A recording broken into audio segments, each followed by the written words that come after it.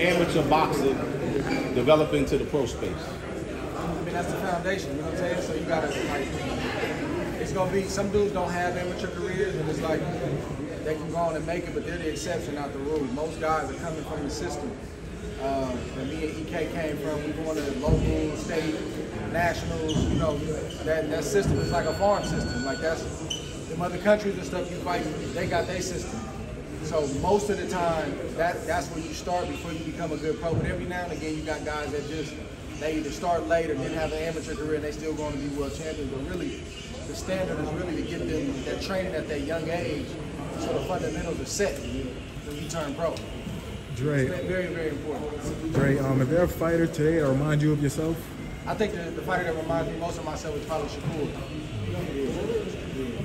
We don't have the exact same style, but the mentality, you know what I'm saying, and some of the ways, some of the things he does, he probably remind me the most. And then I think Bud too in certain spaces, you know, his tenacity and the way he's mean and stuff like that. Like when he get hit, he want to get it back.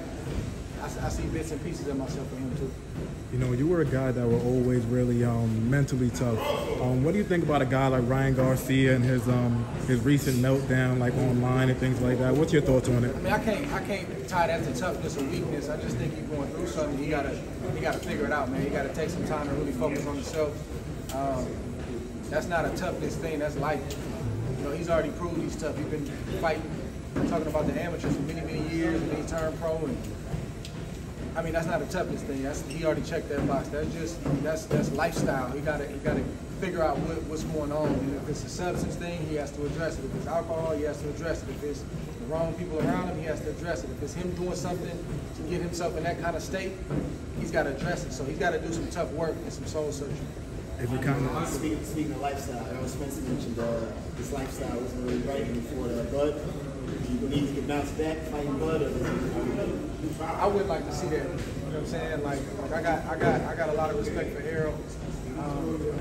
Bud and Harold, both my brothers, but his body been through a lot the last couple of years before the Crawford fight, and the Crawford fight didn't help. So you got people that never took a punch in their life talking about, oh no, he need to get that back. That's because you're not gonna be in there, right? You think somebody got to prove something to you? That man got a family, and you got to be smart enough and wise enough when to say, man, that's enough. It's hard. You got pride. You want to get the get back. You got all that stuff working against you, but this life thing is real. And I know. I've been retired 6 years now, so I'm on the other side, so I can talk about it. Question about the book. As you know, Devin Haney and Ryan Garcia are going to fight. How do you see that fight playing out moving forward? Man, I think Devin is surging right now with confidence, skill-wise. He's gonna be hard to beat right now. So I give Devin the edge definitely. But Ryan, again, man, like before this stuff started coming out, I had it a closer fight on paper. But he got a lot to deal with, and they 5-6 weeks away.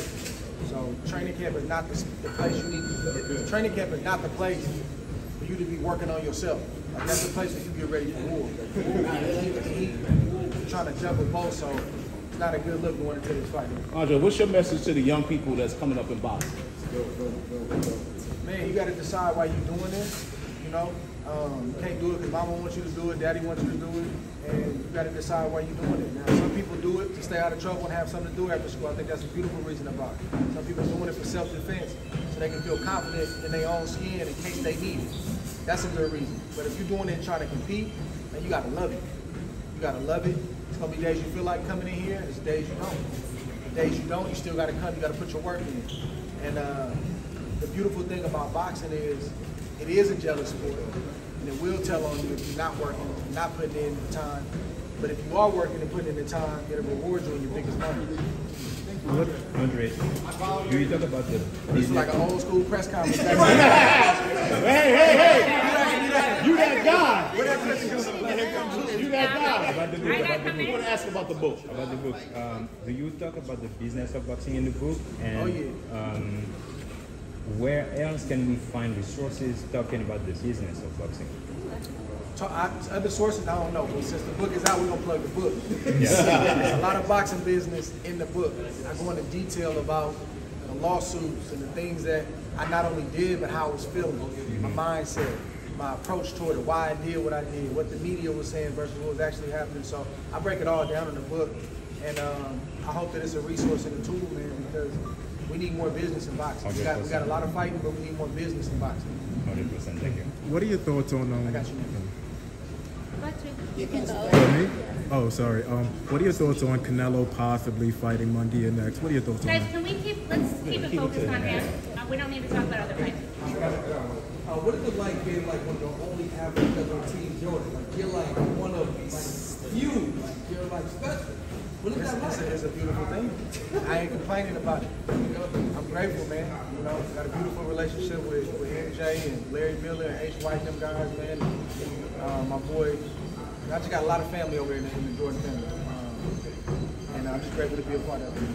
Andre, what was the... Growing up, like what fighters did you look up to and like you said like, hey, I want to be this is winning that fight? Yeah, I watched a lot of fighters, but my three is Bernard, Floyd, and Roy. That's what I'm a hybrid of. Any given round, you may see any of them dudes come out. So that was my three, my big three. We didn't come to her yet.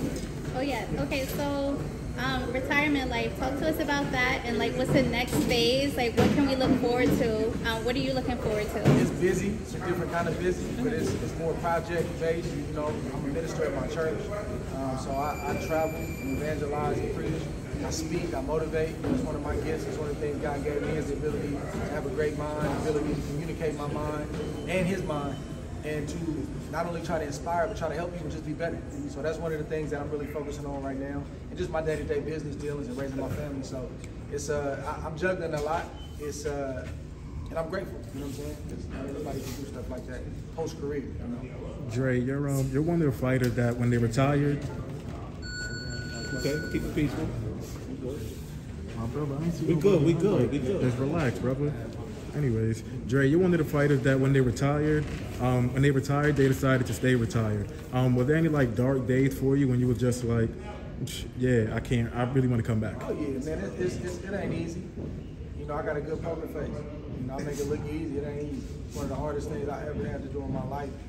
But it's a necessary thing, man. I can't be around in this game and then coming to be around y'all and not be my whole self because I just want to stay around 2 years, 3 years. Like, it's always money to be made. But I chose to trust God and bet on myself and not just talk. You know, I said my whole career I'm more than just a fighter. Well, in retirement, I got the opportunity to show. And you see projects like the doc in the book and other things that prove that that's true. So it's a new season. It's a different day. It's challenging some days, but that don't mean it's the wrong decision because it's hard.